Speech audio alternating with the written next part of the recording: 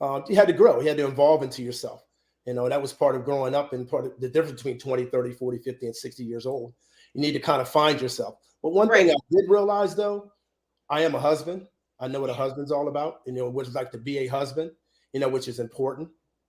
A lot of people always say, be a wife. Everybody's talking to women, be a wife, be a wife. You know what, man? You need to be a husband. Carry yourself. And we're going to talk more about that as time goes on, because you do take a different perspective on things when you come into a situation knowing that you were a husband, because at 23, you knew you wanted to be married and you knew you wanted to be children, but that's the mindset of a man who knows he's a husband. Correct. That's not the mindset of a man who just sees. I wanted to do right by her. That was exactly. That was the right thing to do. So I did the right thing. I thought that was the right thing, but I did not know what it actually took to be a husband. Which is a totally different conversation. You knew you wanted to be one, but you didn't know what it took to be one. Exactly right. Exactly. And and that's the thing. But over the years, and I can honestly tell you guys, RJ, when he was a little bitty dude, is when I first met Gerald, because it was so funny. Seeing a little bitty person and now they're an adult kind of blows my mind a lot of times. But you were like an awesome dad. Like you were totally in tune with your kid and with that situation. So I wanted to ask you, when you divorced, how did that impact your family in totality? Because I know I saw you with RJ, but I didn't see anything outside of that. Right. They didn't see it coming. So something kind of surprised them. But one nice thing about it, after divorce, you still can be civil with each other. So one nice thing about it is, even though I did raise him, his mom was still involved in his life. We still, initially had our little ups and downs, but initially we came together saying, you know what, it's about RJ. It's not about us any longer. So we need to be civil with this whole situation. So his life can be so his life will not be impacted from our divorce. Because that divorce is between us. Divorce wasn't between RJ. And that's what a lot of people need to realize. That divorce is between you two, not between the child, and not use the child as a pawn. I'm going to make you do this. I'm going to make you do that. I'm going to put the child in the middle of all that. So trust me, we've been through all those things and you grow from it. So like, at what age did you guys go through that divorce? So 23, you get married, but now you're going through a divorce. Your mindset changes. Totally changes. I grew. You grew. Did you grow faster, or did you have to hurry up and grow up? No, I grew faster, because again, I was married for 9 years, so at the same time I started to learn, like, okay, this is what a husband's supposed to be. This is what a husband should be doing. Like I said, I wanted to be a husband, but you need to kind of evolve into being a husband, and the things that you should do as a husband. Still hanging out with the boys and doing all the boy stuff and all that is not really being a husband. Not saying that you don't have yourself and you still will do things. But first and foremost, my commitment, it will be to my wife before it's my boys. So before you decide to get married, you need to realize that your commitment is to your spouse. So make that commitment and go from there. At 23, you thought I thought those things? Not at all. At 23, you're like, look, I just want to be with you. I just want to say, hey, what's going on, Precious, from Real Talk with the Ladies? She's like, hey. She also said, you have to evolve into yourself. Say that, Gerald. Precious, thank you so much. That's Real Talk with the Ladies, honey. We support each other. And she's absolutely right. Network, we support one another. We chime in. Gerald, I'm going to tell you, people don't even quite understand you as an athlete, and going through that process was really, I would say, more damaging to you, because your mindset was always to win. And that's one of the things I think we first met. It was like you motivated me to stay focused. Like, what you doing? Kind of thing. What you doing? And I like that. I want to say, basically, shout out to the Qs. I don't want y'all to think I'm just saying it was just Gerald who motivated me to do right things. It was the Qs. All right, Reggie, don't act like this on my bad side. All right. I just want to say the Qs, y'all know I love y'all because y'all looked out for me in college. But what I'm going to say is that you're such a strong mental game. Correct. Like for you, but you're mental, unlike most men, you're very emotional. Yeah, exactly. And it's okay to be emotional. It's okay to be emotional. I was crushed through my marriage, going through a divorce that hurt, that bothered. Yeah. That's a sense of failure. And I mean, bottom line, when I was playing ball and I was, trying to get drafted and I ended up getting drafted, I expected that. That's what I was shooting for, accomplishing to get drafted. Hey, I got drafted. And then next thing you know, when that career didn't, start ending, that was a disappointment. Like, whoa, wait a minute. Need to find something else. So now getting married, I need to be committed to this marriage and Right. a husband and learn about being a husband and everything else. But, I had rocky roads and needed to learn in that process. And then when that came to an end, there's another failure. So like, wait a minute, I need to correct some things. So there's a lot of times you need to take a look at yourself and reevaluate yourself, at times, because men don't do that. We have that macho thing. I deal with that macho thing. It's like, okay, it's not me, it's you. It's all you, it's all you, it's all you. No, it's not all them. It's also yourself, make an adjustment on some things that you're doing as well. And that's what happened with me. I needed to make some adjustments. And talking about that, one of the things I want to be clear is like you went through steps of really kind of reevaluating yourself, because you didn't actually start dating or getting married or even thinking about marriage once you got divorced. You were really focused on RJ, but at the same time, I guess because I met you after that, but I could see you going through that transition of being a parent. It was kind of funny, the stuff that you were thinking about, but it was mostly about my kid and not about the next woman. Absolutely correct. It was a focus on it because I'm about family, and I didn't want him to be impacted on, again, as I was saying earlier, affected with our divorce. And I didn't want him to be affected. So I needed to concentrate on him. And also I didn't need to be dating and him meeting, multiple people like that. Right. That's very important. So be very careful and very mindful of that, is that you're trying to meet, introduce them to the next person. No, that doesn't need to happen until you're actually in a serious relationship. So, it also gave me opportunity, Chris, to read some books and study the same way as study for a degree. I needed to study some books about relationships. Mom and dad, great relationship, growing up with two parents. In the I was going to talk about that. Just because, they had a great relationship and they were married for X amount of years. Okay, there's going to be things are going to be different in my marriage. My wife is going to be different because I'm a different person. Right. So, I can't have the same expectations of my wife, that my mother had of my dad. So it's totally different. So that's part of evolving, as she was saying, into myself. Right. And that's one of the things that I think was really great about you, because you came from a family unit where your parents, and I remember you talking about them for years, like they were the ideal situation to mimic, right? Correct. In the way that your mother loved and cared for each one of you guys individually. Correct. Although you keep saying that you're her favorite, we won't get into that, but she loves everybody equally. Watching now, hold on. Now. I just want to say she loved everybody equally, but it's like in my family, we always say I'm mom's favorite. We all do that.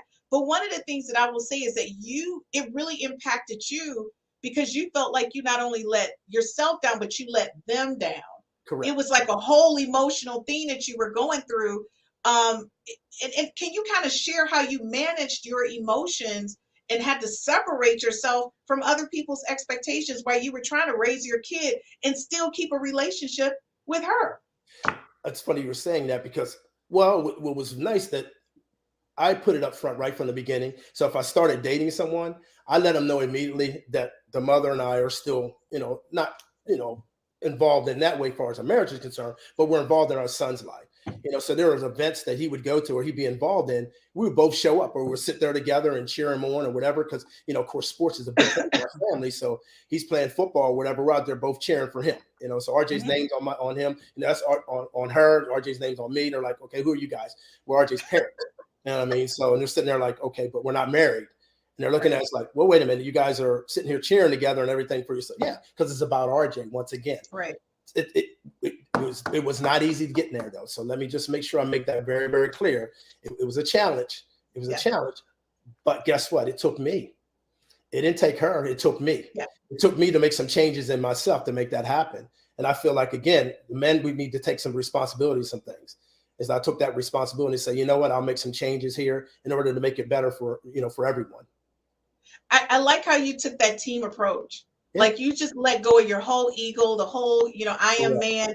And you were like, look, we're going to put all this aside. The marriage didn't work. This right here is our focus. Right. And I think that's really great. And you guys were able to maintain that type of friendship throughout the process. And more importantly, let me be clear, you raised RJ. Yes. Which is like the magical part, because not only were you rebuilding. So the thing is, I want people to understand this cultivating moment that you're in. You've gone through the transition of being divorced. Now you're a single dad. The career you thought you were going to have as a pro athlete has just transitioned. Now you're trying to redefine your career and figure out how to be a dad at the same time and have a personal life. And it's like all of this is happening all at the same time. But I'm going to tell you, you handled it like a champ. Like when I met you, honestly, it was so encouraging because although I didn't spend a lot of time with you guys or around you guys, it was like the few times that I did see you, it was like not only were you encouraging for me and what I was trying to do, because by the way, folks, I was a pre-med student at the hospital. Right. I just want to be clear.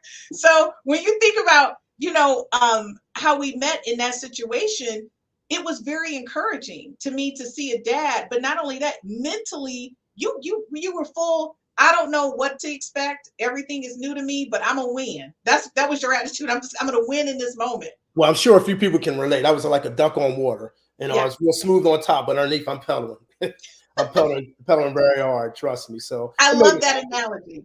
Yeah. So before we leave this segment, if there's one thing that you want to tell to a dad at 20, getting ready to get divorced, or dad at 30, and you're talking to them right now as a 60-year-old, Gerald, what would you tell them on how to handle? Because right now we know the truth. People hold their kids hostage. Exactly. I'm not going to let you see them. Exactly. You're not paying child support. None of that has to do with the kid. So what would you say to those moms, those dads who are now going through that process and they're 20, 30 years old? What would you say to them? I would say to the mom again, don't hold the kid hostage. It was the great thing about my son's mom is she realized that I am a good dad. I was a good father, to RJ. So she made the decision, says, you know what, in order for him to be a man, he needs to be raised by a man. Since we're not going to be together, that was something that she grew into. It didn't happen initially. And again, men, you need to also tone it down a little bit. If it's over, it's over. Don't be so harsh. Don't be so rough and tough about it. Just go ahead and go through it and calm yourself down. Ease on through the process, because it is a process. It's not just going to be a cake initially. This is going to be a whole bunch of flour and sugar all over the place before it comes together and becomes a cake. So, keep working at it to manifest that. And that's just the communication between the two, and just tone it down. Again, don't bring other people into the relationship, because that's going to change things too as well. Been there and made that mistake too as well. Don't bring people in immediately into that, because that other person is not going to feel very comfortable with that. And that's okay. Yep. So basically, folks, we're going to commercial break. Gerald is telling you it's going to be a few burnt cakes. Oh, yeah. But finally, you get to one that's baked right. You put the icing on it, and you all can enjoy that cake together. The cake is your child. That's what we're talking about. The cake is the child, and you all need to bake the cake together, even though you're not together. Folks, we'll be right back after this commercial break. Gerald, as always, I knew you would knock it out the box. We'll be right back, guys, after this commercial break.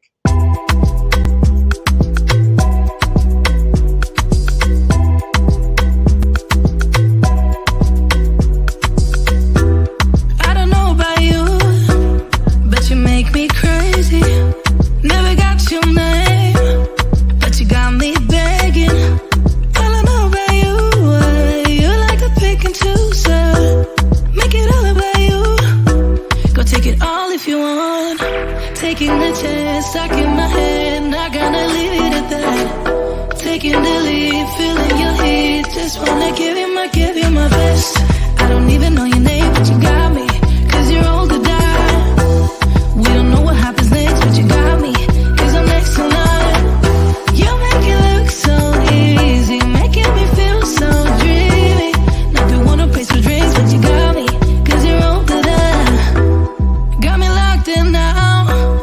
Go ahead and take a shot. Do you really want me? Maybe you're just crazy. I'm sorry, I danced to the commercials when we're off. Hey guys, welcome back to 60 is the New 40 with Gerald Robinson. Today we're doing a special edition because we're talking about the transition of love and relationships. A lot of times we think everything is sugar-coated and wonderful. I'm a woman of divorce. He's a man of divorce. But we're talking about the male's perspective on divorce. We often hear about what women think or feel, but let's hear about what the men are actually going through emotionally. Because sometimes as women, we don't think y'all actually have emotions, Gerald. We'd be like, girl, he don't care. He about to get a new one. We definitely have emotions, no doubt about it. Men cry on their pillows too. It happens. They do cry on their pillows. And you know what? And as a person who does not like to cry, we're going to be clear. I'm not very emotional. Right. But I will say this. I like a man that can just be in tune with himself. That means a lot to me, that you can just talk to me about what's going on. Now, of course, I don't want you whimpering every night, because I might feel some kind of way about it. There's a fine line in that, Christy. You gotta be very careful with that. You know, if I share something with you, it stays there. I don't want to hear about it later on. So that's so important. So that's another. We're gonna talk about that. But yeah, that pillow talk. I need that pillow talk to stay right up on that pillow. It stays on the pillow, correct. If we happen to have a discussion or a heated discussion or whatever the case may be, I don't want to hear about any of that. Like in the middle of it, don't throw it in my face that we didn't talk about this on the pillow. Because then I'm mad. Yeah. See, that's why I just say, you know what? Is this in the vault or out of the vault? Is this an in the vault conversation? Because if it's not, I'm not going to talk to you. Okay, so folks, listen, we're going to segment 3. We're going to talk about getting to know me, the ability to love yourself first. That I'm going to tell you, nobody knows that you do these animal analogies to love and relationships, right? So you crack me up when you do that. And over the past 30 years, I've heard somebody would think you grew up on a farm. That's number one. Folks, he did not grow up on a farm. Not at all. He gets this pig and all. I don't even know where this stuff comes from. Horses, giraffes, exactly. all that stuff. When you said, I go, where did this come from? Like, you didn't even grow up on a farm. What is this about? So in this segment, we're going to basically just focus on you, because I think men understanding your journey as a man going through this process is awesome. So the first thing we're going to talk about, folks, real conversation, and nobody better not pick on my friend. Okay. Now, the first conversation is this. All y'all know y'all done been in a couple relationships. So don't be DMing and putting stuff in these comments about my friend, because I'm going to take it personal. Okay. So as a man, what was your journey to getting to know yourself after being married and in a relationship for over the past 30 years? Whew. Good question. Did you just say I feel like I shouldn't be drinking water. Should I have a glass of wine? And kind of rewinding back to what I said before, is the journey is definitely picking up books and reading and studying and learning about women. Right. You know, because a lot of times I expected, like, wait a minute, I expect a woman to be like my mother. Well, hello, every woman's going to be mom. So my journey was to actually find out women. Like, there's a book called Men from Mars and Venus. I think it was something like that. Yes. Probably messing up anyway. But with that, read those type of books. Find out, you know, if a woman does certain things, it's not because it's just your woman doing it. It's because she's a woman, period. You know, and vice versa. Same thing goes for men. Women read men's books as well. Read about men, study things about men, because we do things differently, you know, totally different. And so if we do something different, don't think it's just Gerald. Like, Gerald, you're always Gerald. No, Gerald just happens to be a man that I happen to do things this way. Right. That's all. So it's so very important for you to study, you know, who you are, you know, and who the other person is as well when you're in that type of relationship. So study women, men study women, and women study men, please. You know, that was my journey. And that definitely made me really come around to knowing that what type of husband I am. Because again, I knew I was going to be a husband, but what type of husband? So what did you find out about yourself that you felt like, okay, I missed the loop on this the first go around, but I'm not going to miss it on the second. I'm going to get this right this time. And that means that internal assessment. I can only use me as an example. Yeah. When I got married the first time, like, I've been married like 20 times, but I got married the first time and the only time so far. It was like for 12 months, but it lasted 18 months because he didn't want to divorce me. Hi, Dave. I love you still. Okay. Okay. We're still good friends. He knows we're really good friends. I'm not giving any shout outs. Shout outs. That was a shout out just because I know he watches. I want to say he was the perfect guy. I wasn't in the right place. See, that's what people don't understand. He was an excellent husband. It was me. Right. And so I divorced him. But the thing is, he knew enough, and he was younger than me. I was older than him. He knew enough to know, and I was his second marriage. Now you realize that's very big of you. Oh, yeah. Admit that. You know, a lot of people can't admit that. I know it was me.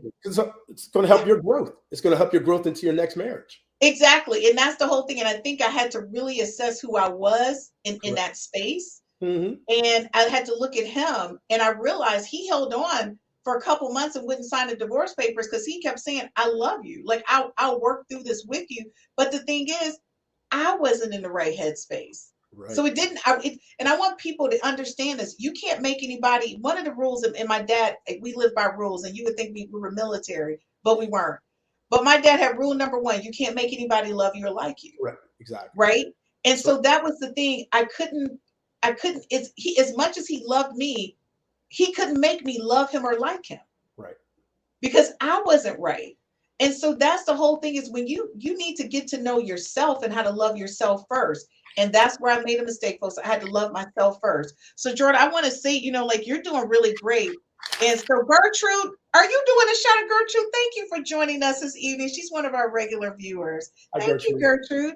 Folks, if you want to leave a comment for Gerald, listen, you can talk to us. We will definitely share your comments during the show and chat with you. So Gerald, that whole thing of going through relationships, and I know, like, my next relationship after him, I was very conscious and aware of who I was. Mm-hmm.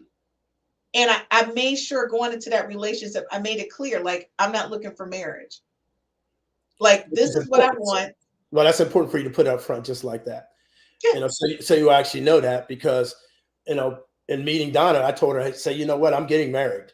I'm getting married in 2 years. Okay, Joe, you and I know who Donna is. Everybody else doesn't know who Donna is. That's my fiance. Hi, Donna. I know. I just wanted you to say it. Hey, Donna. I just want you to say it. So, but the thing is that you, at this point, and we'll talk about that later on in one of the other segments, but the thing is, you knew going in, this is what I wanted, and you made it clear. Like, I'm not just out here dating to date you for no reason. Correct. Absolutely. Right. Correct. And I think that's one of the things about understanding who you are. So your ability to love yourself first, what did it take for you to go through that?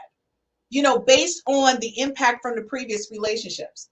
Like, how did you make that transition and then say, I'm going to get back out there because I want to get married? Because a lot of times once you go through a divorce or bad relationship, you shy away from it. You sure do. So what was it in you that made you say, no, I'm doing this. I'm going back out again? Because, again, I'll circle back to, again, I knew I was a husband. I wasn't a dater. I was out there dating, and I was like, okay, this is not, dating you. I'm like, okay, this is not cool. You felt like a duck out of water?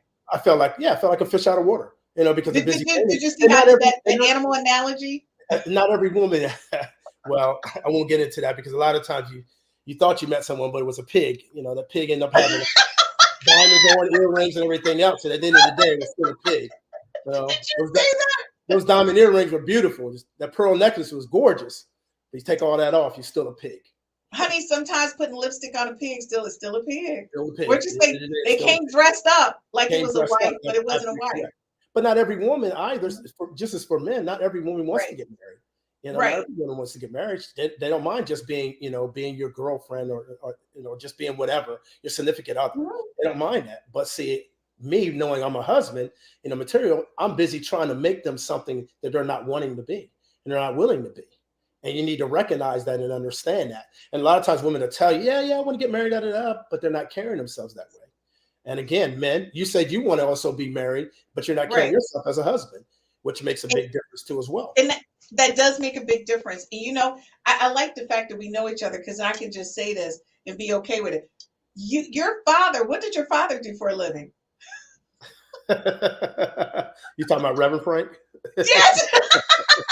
I just want to be clear. So you not only read books, but you grew up in the ministry. I was a preacher's child. That's right. Exactly. See, That's I don't right. want us to leave that out. See, that's the tidbit people are not there. They may be missing as to why you are the way you are. So for you, you not only read self-help books to help you find out who you were, you got up in that Bible. Because, and I remember you used to say to me, Christine, I'm looking for a virtuous woman. I used to be like, what the hell does this mean? A virtuous Proverbs woman? 31 woman. Yep, Proverbs 31 woman. And I knew my mother. You would say that. Correct. I said that all the time. All the time. And Correct. I used to be like, Gerald, where are you going to find it? Because to me, the virtuous woman was a Virgin Mary. And I used to be like, Gerald, this is impossible. Like, where do you find a Virgin Mary at 30, at 40? Like, where you find it? So over the years, I used to tease you. And you said, well, a virtuous woman is like my mom. And I used to say, where is your mother at right now in today's time? Find your mother, right? And then when you told me about Donna, I was like, no way. Like, no way. I found it. I found my Virgin Mary. That's what you said to me. And I was like, okay, I got to meet her, because this is no way that you found this virtuous woman. And I'm going to tell you, she's everything you said she was. But you held out and you knew what you wanted, because, in your 30s, when you were saying a virtuous woman, I'm looking at you like, there are no Virgin Marys in their 30s and 40s. What is this man talking about? But you know what happens, Chris? Over time, you just start realizing that, with Don and I, why we mix is that kindred spirit. We have that same type of spirit about each other. So again, here we go back to that animal thing again. Two dogs see each other. They know they're dogs. They know each other, right away. So our kindred spirit, we knew we were the same. So meeting her mom, she was just like my mother. Again, if you know my story, I knew Donna didn't know her. She was in my church 30 years ago. Yes. I watched her and her mom, and I watched how her mom raised her and everything else. So it was pretty much like, whoa, I recognize that. How she was raising her and how she was carrying herself. I recognize that. And then 30 years later, boom, she pops up and here she is. I didn't want to tell that story. It's because folks, I know the story. I'll be waiting for him because I'd be like trying to push a button for him to tell the right story. So I didn't have to do that because you told the story. But that's the thing. And the thing is that loving, the ability to love yourself first, it really took a lot for you to get there because you put a lot into RJ and being a parent. I did. And I have to say, like you said, it was some pigs. I'm not ever put your business street, but I mess up on pigs though. But them pigs with them lipsticks on, against all my heathen warnings, we're gonna be clear. I wasn't. By the way, folks, my father was not a minister, but he was the choir director. My mother was a soloist at the church. So I grew up in the church, but not the way you did. But the thing is, you genuinely wanted to be loved. Mm-hmm. And you're just that guy, like that's your person. Like you've never been that guy that just wanted to be out and about and not in a committed relationship. And I think sometimes when women see men like you, they're not being very clear on who they are because they hear you say, I'm looking for that virtuous woman. Because by the way, folks, he stayed in the church looking for that virtuous woman. I want to be clear. Mm-hmm. He wasn't at the Walmart or anything. Mm-hmm. Gerald stayed up in the church looking for this type of woman. And the thing is, Gerald, you mentioned this to these people and they mimicked that. And you were in the process of really trying to get back to loving yourself and making sure you were on the right path. And that kind of threw you off a little bit. Totally threw me off. Exactly. Because I remember you getting angry. You were like, you know what? I'm going to just stop this. This is wasted. What are these people doing? Well, so share that. One of the things I learned in the process is don't tell people what you like and what you want. Because they'll turn it into that very thing that you say. So if you say, I want this kind of woman, want that, I want them to be like this, guess what? For a short period of time, there'll be those very things. That's man and woman. So be very careful and mindful of that. Is don't tell everybody what you want up front. Just let them be who they are.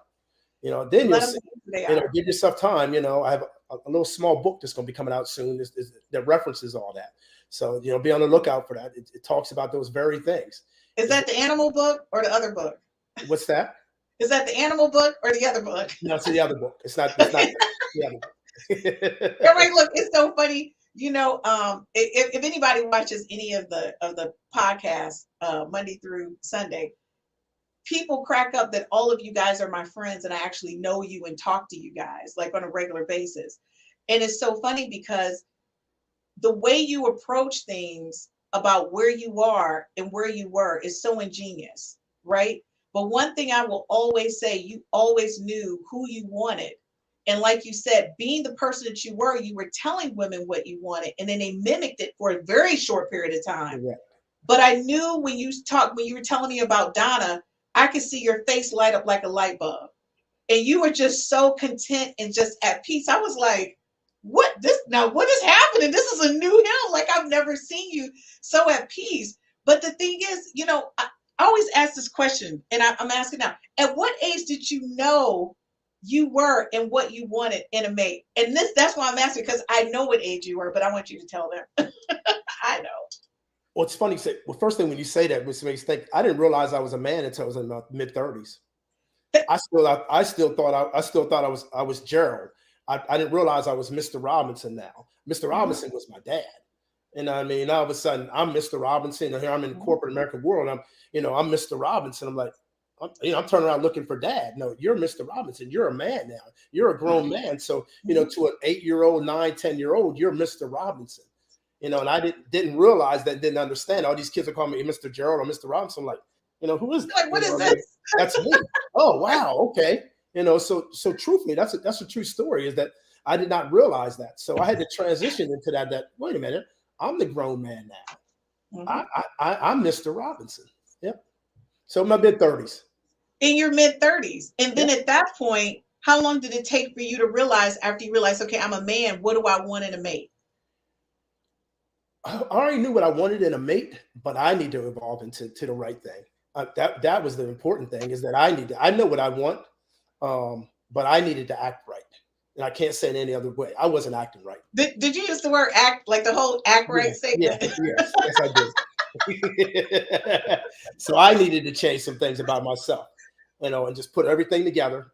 Again, back to the reading, back to the studying, back to realizing that this will be my marriage. This won't be my parents' marriage. So I can't mimic everything that my parents did. Some things close, but not the exact way they are, because their marriage worked for them.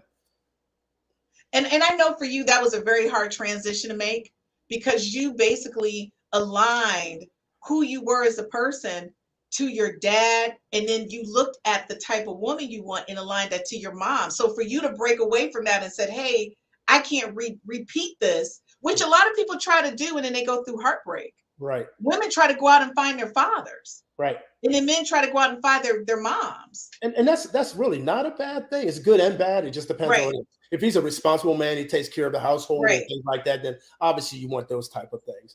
But as far as characteristics and other things, they're not going to be that. I mean, my dad didn't cut grass and do the things like I did. He had us out there doing it. But I go out there and cut the grass. RJ wasn't cutting the grass. He wasn't doing those things.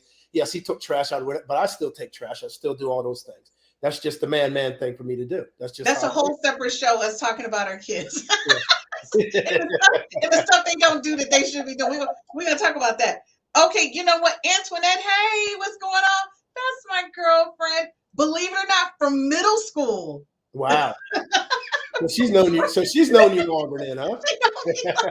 That's middle school. Thank you for supporting Antoinette. She's out of Texas now. Wow. And Gertrude, you already know. She said, that's so funny, Chris. I love Gertrude. We already said when we go on the road, we taking Gertrude with us, because Gertrude, she rolled with us from the beginning. She said, Antoinette said, yes, let things happen organically. Exactly. That's the whole thing when you talk about relationships. And when we get back, folks, I just want to again thank Gerald, because let me tell you something, guys. Him opening up to you right now about his journey to where he started to where he's at now is huge. And trust me, I was testing our friendship to have this show. But the thing is, I had to convince him that this story needed to be told to help people. And that's what it was about. It wasn't about him or about me feeling, vulnerable, open to you guys. It's about what we have to say and how it can help somebody. And that's just real talk. We just want to make sure this whole network is about love and relationships and us having better communication. And any tools that we can give you, which is our life experiences, to identify that someone else is on the same page with you, we're here. We got you. That's what we do here at the 5 F's to Love. So folks, we'll be right back after this commercial break. Look at me, I'm on. Look at me, I'm on. Look at me, I'm on. Look at me, I'm on. Can't stop, keep going. Can't stop, keep going. Can't stop, keep going. Can't stop, keep going. Okay.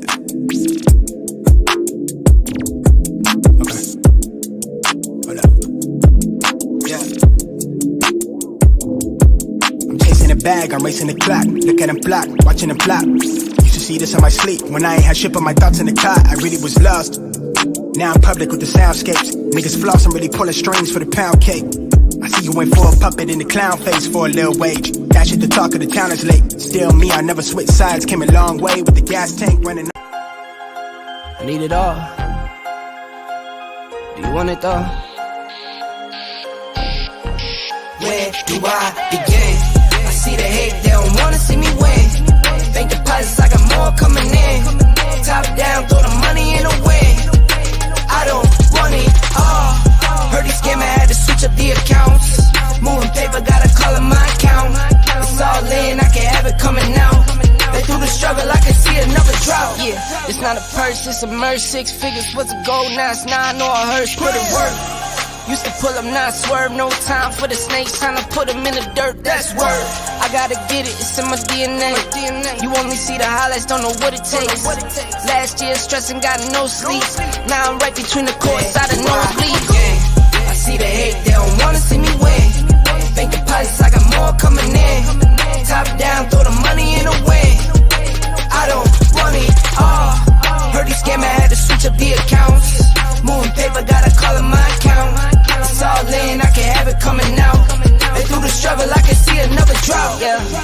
circles to the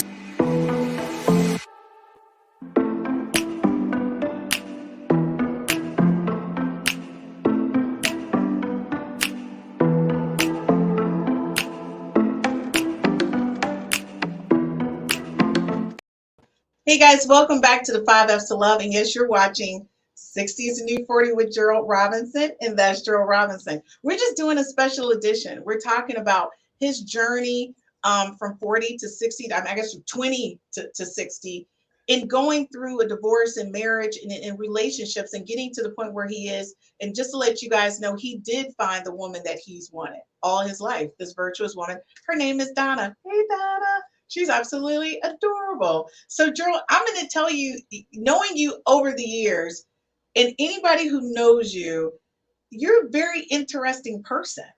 Like, extremely interesting. Interesting in the sense of how you've been able to, I'm not going to call you a chameleon, but you've been able to grow and expand your space, but you do it from internally and you shoot it out. Like, you build from within first, and then you throw it out.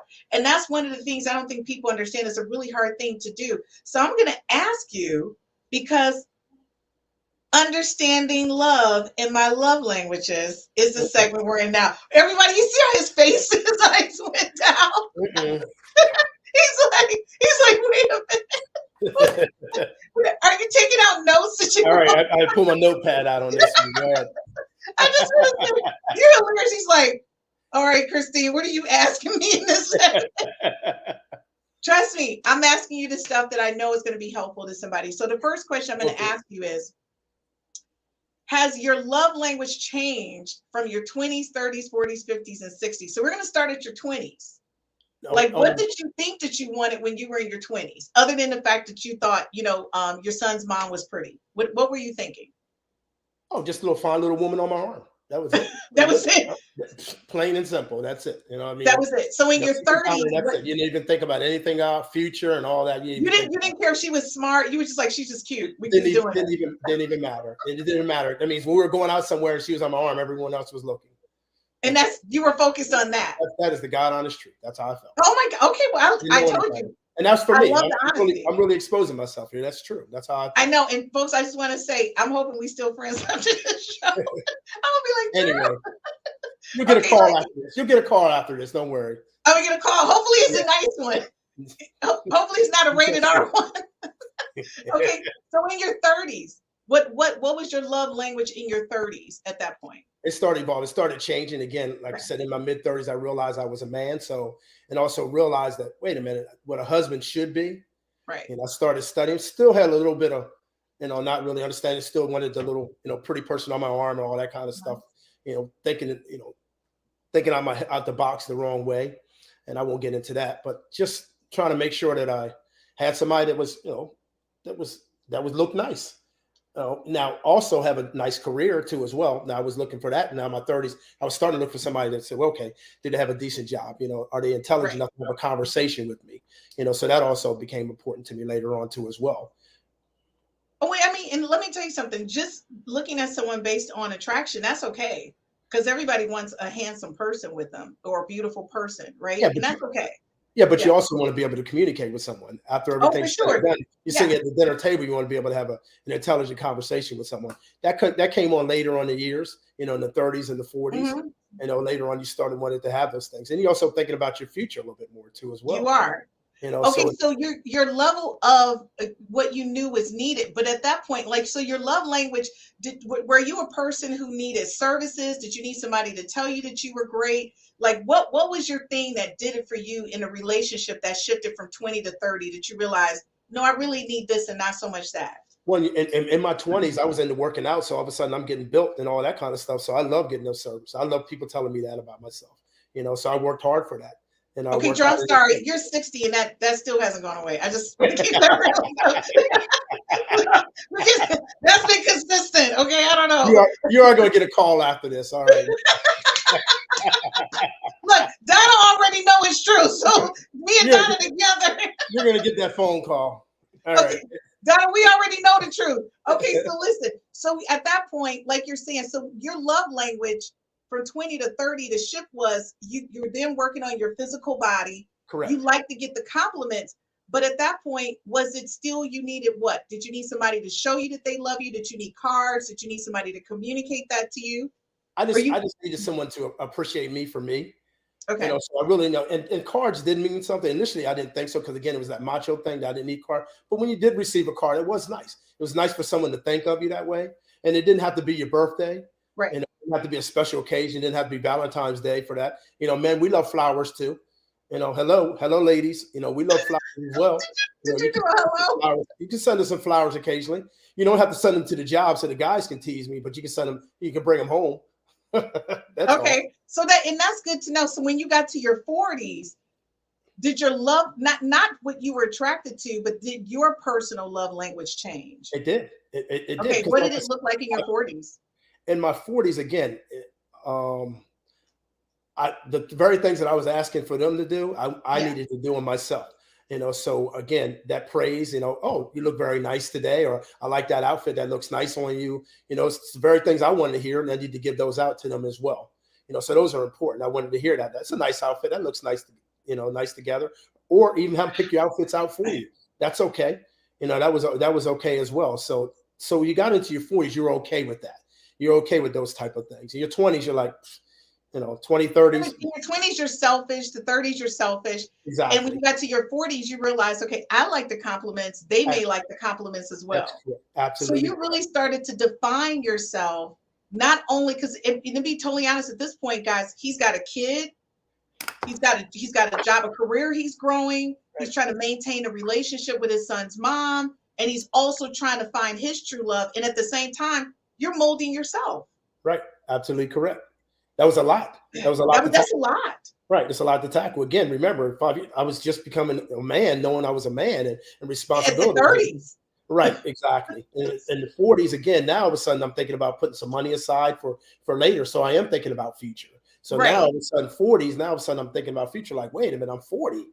And also, wait a minute, I have a 20-year-old son, an 18-year-old son. It's like, okay, things are a little bit different here now. So again, with that, you evolve into, saying, wait a minute, I need to think about my future. I need to think about, this person I'm involved with, and so on. That's a big difference. And people need to understand how you grow and mature. Thank you so much for joining us. Oh, Miss Gwen, thank you so much. She says, I was in my late 20s when I knew what I didn't want based on an early relationship, marriage, and parenthood. And I found my life mate.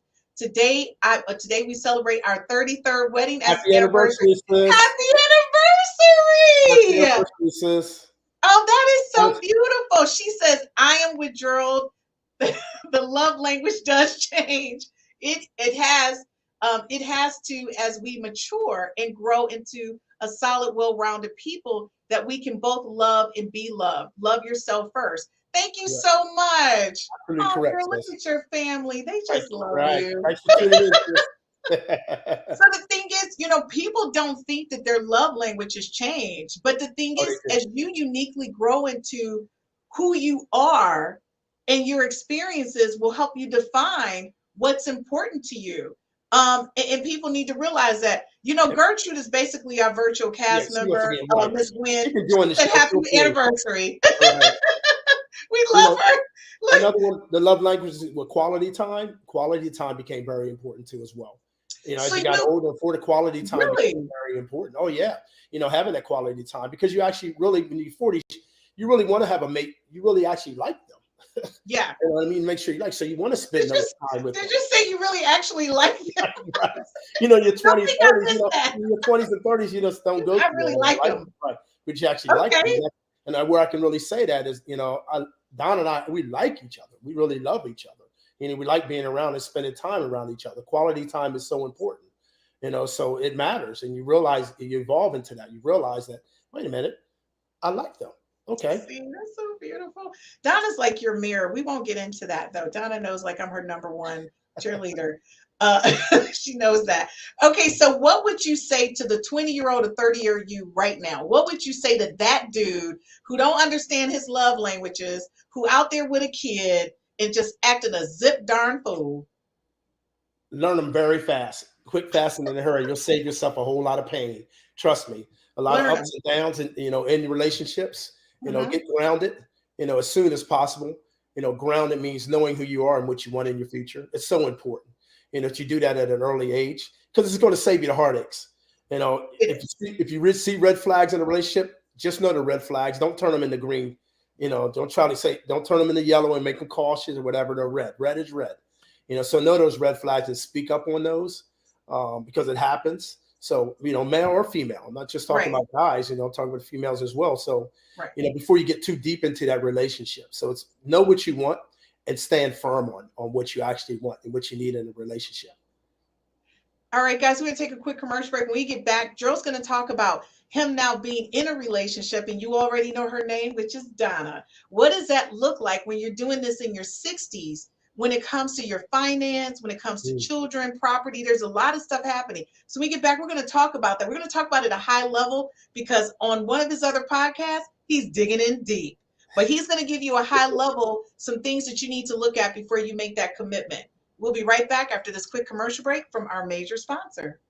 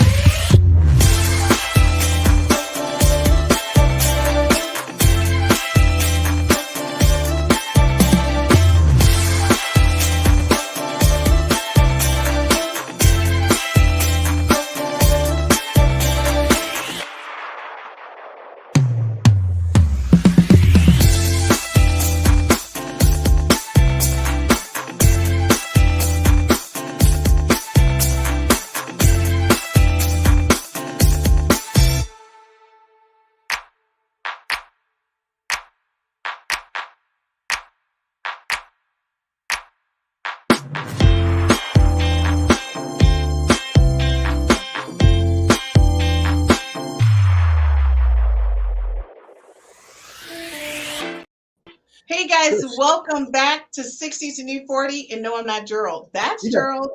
We're doing a special edition because we wanted to talk about the transition of life when you've been married, you guys go through divorce, and you've been through relationships. And what does that look like from your 20s to your 60s? Gerald, one, I'm going to say thank you. Our friendship over the past 30 years, and I value it very much, because you've been that person who really has been like on my butt about making sure that I'm doing the right thing all the time.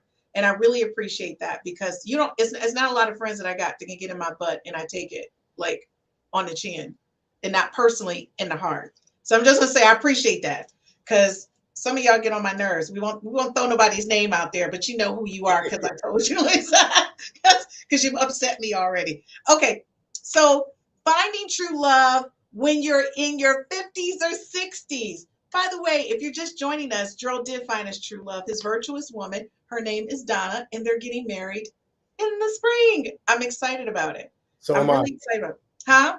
So am I. Very excited. He is. I just want to say, I was so happy when you were moving stuff around and you were like, I got to get this attic right because I got to move stuff up here because Donna moving in. I was like, this is what I'm talking about. Like, you were like a kid. You couldn't believe it, could you? Huh? I couldn't. You were like a kid in a candy store. I was like this. Yeah. Is this Gerald?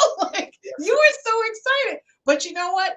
It was really great, because when you find that person you're supposed to be with, these next couple conversations are not that serious. So we're going to start it off real quick, guys, just giving a high level. Joe's going to just like let you know this whole thing about finance. You know, you guys, the whole finance thing, how did you get through that conversation? That's a huge conversation, because you have to realize in our 60s, 50s, and, late 50s and 60s, you got to realize you've accumulated quite a few things. Donna had her own home. She had her home. I had my home. So, what do we do? 15 years into her home, what do we do? So we actually had that conversation and start putting some things together. And of course, I'm the finance guy. So I just started putting numbers together. She saw the numbers, and here we go. Next thing you know, she's selling her home. One of the things that I loved about what you said to me, and we were having a conversation about something non-related to you guys, but related to people and relationships. And you said, well, ain't no secrets. My name is on all her stuff and her name is on all my stuff. And she got all my passwords and everything. And I was like this. That's what I'm talking about. And that's exactly where I was about to go with that. Exactly. Yeah. I made the decision. If I was going to get married again, my wife was going to have all the information about it. There wasn't going to be a little secret phone, a little secret, whatever. My password is 1, 2, 3, 4. You can go on my phone anytime. Bottom line, my bank accounts. I have three different banks. Every my bank account. Right. Here you go. This is what it is. I actually showed you the statements. The other thing, I was laughing earlier. We were talking. 36, 24, 36 isn't my favorite numbers any longer. Right. It's your FICO score. Wow. FICO score. You just do a shot. 36, 24, 36 is not my favorite numbers anymore. It's not my favorite numbers anymore. Exactly right. Your FICO score. And also your 401k.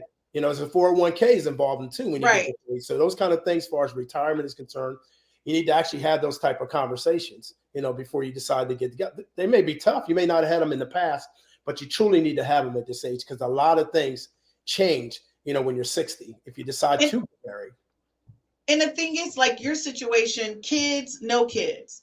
Like, correct. So the thing is, she's walking into a situation where you have kids and grandkids that you take care of, folks. I just want to say, you get like a huge, I would always tell you, I'll be giving you them virtual hugs, because I'll be like, you doing it. You are like a rock star granddad, because you are raising your grandbabies too. Oh yeah, every other weekend they're with Pop-Pop. We spend the time with Pop-Pop. So that's a conversation you need to have. Donna and I have the conversation, because you got to remember, she's never been married, no kids. My girls are married, no. So again, she's walking to a situation where I have a son, and yes, because sometimes your kids need to come back home. That's another conversation you need to have as well. Yeah. So are you willing to hear you walking around the house, with another adult there, and all of a sudden here's another adult, my son. Right. So no, he's not here now, but what happens if that that goes on in your life? I'm just talking to people out there. You have a situation, you meet someone, and your child's going through something, they need to come back home. So those are discussions that you truly need to have up front. The grandkids, she's my mom Donna already. They already had a meeting together. They would have had a meeting of the minds last weekend, and they're like, okay, Pop-Pop's getting married, to Miss Donna. So now what do we call her? She's my mom Donna. So they came in, met with her. They're awesome. And they said, you know what? We want to call you Mom Donna now. Oh, see, that's so beautiful. Exactly. She's all emotional, and I know she was. Yes, exactly. And of course, Adonis is the one boy. The rest of the girls, the one boy wrapped right around her finger. Totally. I bet you he's adorable. He's absolutely adorable. So he's like a little baby. Gertrude, I don't know, Gertrude, you just need to be on the show. Gertrude said, congratulations to Gerald and Donna, wishing you have a laughter, love, continuous growth together. Very happy for you. Thank you, both. Gertrude. Thank you, Gertrude. Honey, that's our ride or die viewer. Gertrude, be with us. I see. Thank you. That's our ride or die. When we go to our conference, we just fly her in, courtesy, because Gertrude been with us from the beginning, from season 1. So exactly. That's our ride or die. Right. Gerald, I just want to say, I've seen your growth over the past 30 years. And I want to say, I've never seen you better than I've seen you right now. Thank you. And I have to tell you, when you first moved into that house, it was one thing, but now it's a home. And I can see the difference with you and Donna, who you are as a person, as a man. That's what a good woman to do for you. And that's what I'm saying. So that's what I'm saying. I've seen it. Not that you weren't a good guy. You've always been that good guy, that reliable guy, the guy that everybody calls. But I'm going to tell you, seeing you with her, our conversations are different. Like, you're very motivational with me, but you also, like, Christine, when you going to get your together and get married, because you be in my business. But I'm going to tell you, Donna, take the pressure off me. You put pressure on me now. Telling me, get my act together and get married. He's out there for you. You just have to learn how to cook. That's all. Yeah. Okay. You know what, Donna, when we finish, you know what to do. Why all my people I had to throw mine in there, Chris. I had to throw my little jab in Why? there. All y'all, the guys last night was on me. Your sister says, keep on keeping on. See, that's right. what I'm talking about. That family love. Gerald, I'm going to tell you this special edition, I really appreciate you doing it and really helping people understand that growth for men and for women. I appreciate you being so transparent about your journey. Thank you for even sharing your personal life about Donna. And I really appreciate that. Tell Donna it really means a lot to me because my goal is for us to help our culture have better conversations and better relationships. And the only way we can do that is when we see men like you tell the truth about where they are in their journey through that process. And for women to get a glimpse at just understanding the man, they think totally different than us. On a lot of cases, y'all don't talk. Y'all just be like this. No, y'all don't talk.